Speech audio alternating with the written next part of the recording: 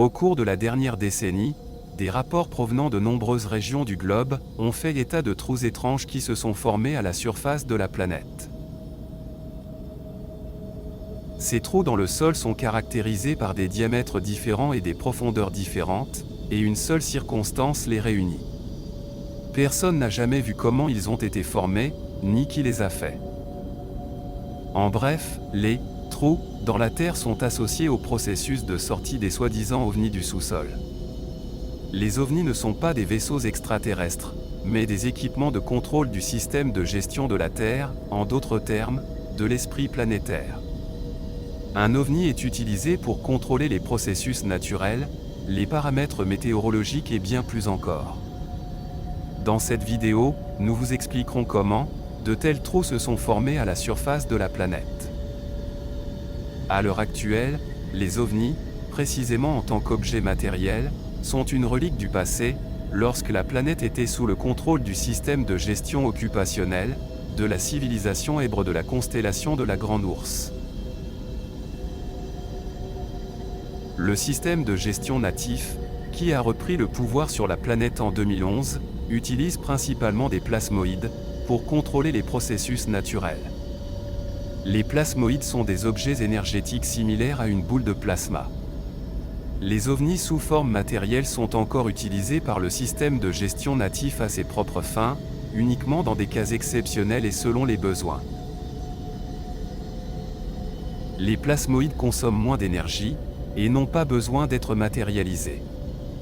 La valeur principale de Cosmos est l'énergie, et elle doit être utilisée avec parcimonie. Un ovni est un objet énergétique, stocké sous forme de plasmoïdes sous terre, à une profondeur allant jusqu'à 4350 mètres. Après avoir reçu une commande du système de gestion, l'ovni commence le processus d'ascension. Le tube de sortie de l'objet est un canal plasma, donc le contour extérieur de l'ovni à la sortie avait une protection sous la forme d'une boule de plasma indestructible. Après matérialisation complète, l'objet utilise ses générateurs avec une réserve embarquée de potentiel électrique. Le programme d'ascension est situé dans les blocs informationnels de la grille atmosphérique et comprend la formation d'un tube de sortie d'ovni vers la surface de la Terre et la matérialisation de l'objet lui-même à une certaine altitude dans l'atmosphère. En utilisant du carburant sous forme d'élément énergétique tritium, l'objet dématérialise le sol en un tube de sortie de plasma du diamètre requis, de 200 à 300 mètres de long, et s'élève ainsi plus haut par étapes. Le processus de levage peut prendre jusqu'à 12 jours. Cette montée peut s'accompagner de modifications de la structure de l'atmosphère, comme ouragan, de l'apparition de taches noires au sol provenant des tubes, et de la formation de messages graphiques pour le système de gestion sous forme de crop circle.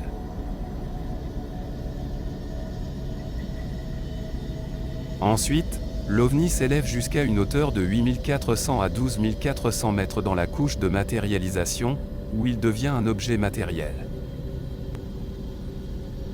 Afin de neutraliser l'activité active des objets énergétiques extraterrestres tels que les ovnis, le système de gestion terrestre natif a effectué plusieurs mesures nécessaires, telles que la désactivation des complexes de gestion des ovnis, situés territorialement sous les Grands Lacs, USA,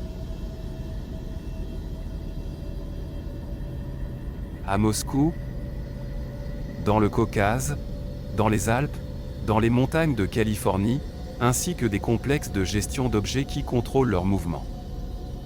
Il y en a deux. Le premier est situé au large des côtes du Chili, qui fournit tout le nécessaire pour les objets basés en mer. Le second est à environ 200 km au nord-est de New York. Il fournit tous les autres objets, créant des tuyaux de sortie et des conditions de travail. Le programme d'ascension des ovnis a également été modifié, de telle manière que l'ascension elle-même est devenue impossible. À l'une des étapes, au moment du passage du tube d'ascension de l'ovni, le sol situé au-dessus du tube dématérialisé se déplace vers le bas, verrouillant ainsi le plasmoïde lui-même dans ce tube, bloquant ainsi l'accès au sommet. Le support énergétique du tube de levage et de l'objet lui-même diminue chaque jour et après un certain temps, il se dématérialise pour toujours. Environ 66% des ovnis sont automatiques et agissent comme des systèmes de contrôle. Les ovnis avec pilote sont des objets destinés à effectuer certains travaux. Par exemple, détruire la civilisation en Afrique du Nord et obtenir le désert du Sahara. La profondeur de destruction et de transformation en sable par les armes à plasma peut atteindre 50 mètres.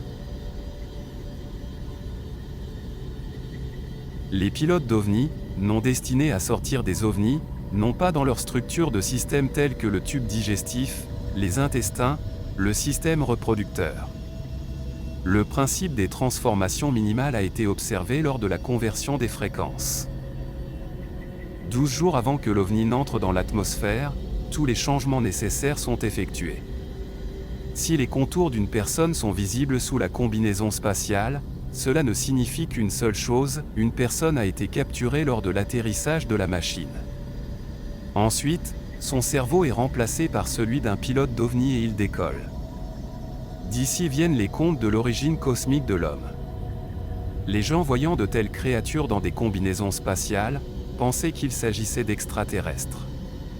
C'est la source d'un nombre considérable d'images d'astronautes, de leurs sculptures et bas-reliefs sur les temples antiques, ainsi que de nombreux dessins dans des livres et sur des pierres. Post-scriptum, aucun extraterrestre n'est jamais arrivé sur Terre et ne peut y arriver, ils seront immédiatement détruits à l'approche du système solaire, surtout après 2011. La présence d'un système de survie extraterrestre constitue une réelle menace pour la sécurité du système de gestion de la Terre. Les vaisseaux extraterrestres ne peuvent arriver dans le système solaire qu'avec la permission de l'esprit planétaire.